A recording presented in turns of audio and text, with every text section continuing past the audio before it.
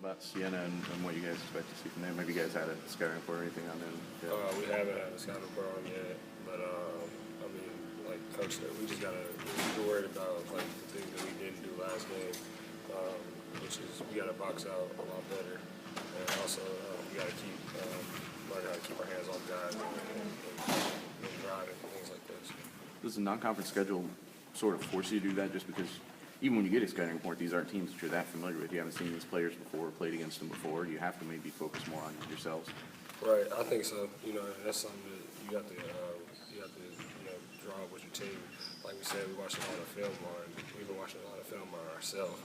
Not only the next opponent, but 2 days before the game is when we get the scout report usually. So, like you said, we got to focus on our main, mistakes that we're making, and then try to see what the other team is going to do. So. You're on the verge of 1,000 career points here, potentially in the next game or two, and that's usually a big milestone for players. Do you have any perspective on that yet, what that means to you to potentially achieve that? I just actually found out because he tweeted it, and that was, I didn't even know, but that's obviously something that I would love to pass, as a Purdue athlete, and, for Purdue history. So I think that's something my parents would be proud of also. So. I don't know if Siena is a great team, but certainly when you look at what the competition you have in Florida and, that big matchup kind of looming the game after this, is this team, do you have a pulse on this team if it's mature enough then to not overlook a team, knowing what's coming? Yeah, and that's something that's going to be huge for us.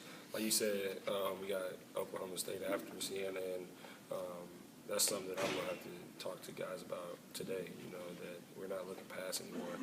Because in the past we've lost like that, and I've seen it. So it's going to be something where we're taking it one game at a time. Also going on this trip, we're going to talk to me and Travis. We're going to talk to the guys about it being a business trip. It's not just we're not going to Florida for vacation. So I think that's something that's going to be huge for us. How long did that take you to get? Like going on those trips and stuff. I mean, as you guys, you still have a lot of young guys on this team. Right. Do you think that they'll understand that? I think we'll instill it in their heads. But like you said, it took me a while, to understand it. Like we were going to Puerto Rico and stuff like that my sophomore year. My freshman year, we went somewhere. We went to Chicago. But it was kind of like I was just like we get to get out of West Lafayette. But I think that's something that they're going to have to look at, going into there. It's definitely a business trip, but not a vacation. You guys were playing for the first time even as a program. How does that sort of help you guys focus on yourselves, I suppose, in these early games and not get too caught up maybe in scouting reports and things that are maybe more detailed when you get into the conference season? Just playing these early games just helps to get chemistry down and get to know each other even more and just put us in a competitive atmosphere against other teams, not ourselves, and go out there and play hard with the refs and just not have to worry about too much about. You got to worry about the scouting report and be locked into the scouting report, but coaches don't have that much data on each team. So we go out there and you go through the scouting report, but you also just try to play your hardest in these early games, just bring out how hard you're trying to play. What ways do you see the team come together a little bit in these first 4 games?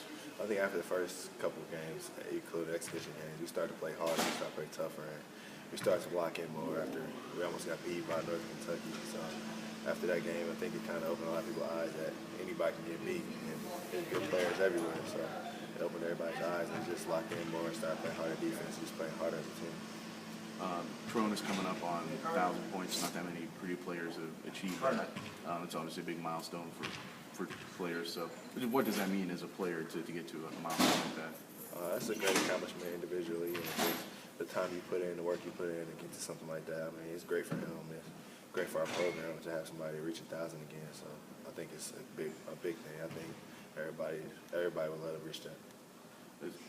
I asked Coach about it today, and he said something like, seniors aren't about scoring, they're about winning. And just what ways have you seen Terone kind of embrace that this year? Because obviously that's going to be his legacy, really, is how well this team does this year in terms of wins and losses and where it goes at the end of the year.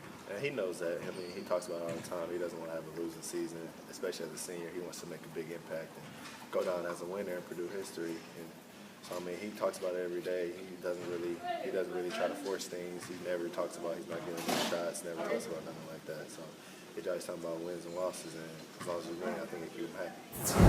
I mean, mean something to him? He did say something about it. He said something about it the night after our last game, and I really didn't know about it. But yeah, he ended up bringing it up. He said he only needed like 14 more points, I think. But I think he'll be able to get that next game. So. What does that? Can you tell it's something that he considers important or an accomplishment or? No, I don't think so. I mean, he didn't say he was, proud of it or anything, but it's definitely something to be happy about. But I wouldn't say like an accomplishment or anything. Just you don't look to score points at the end of the day. You look to win. But he's happy about it though.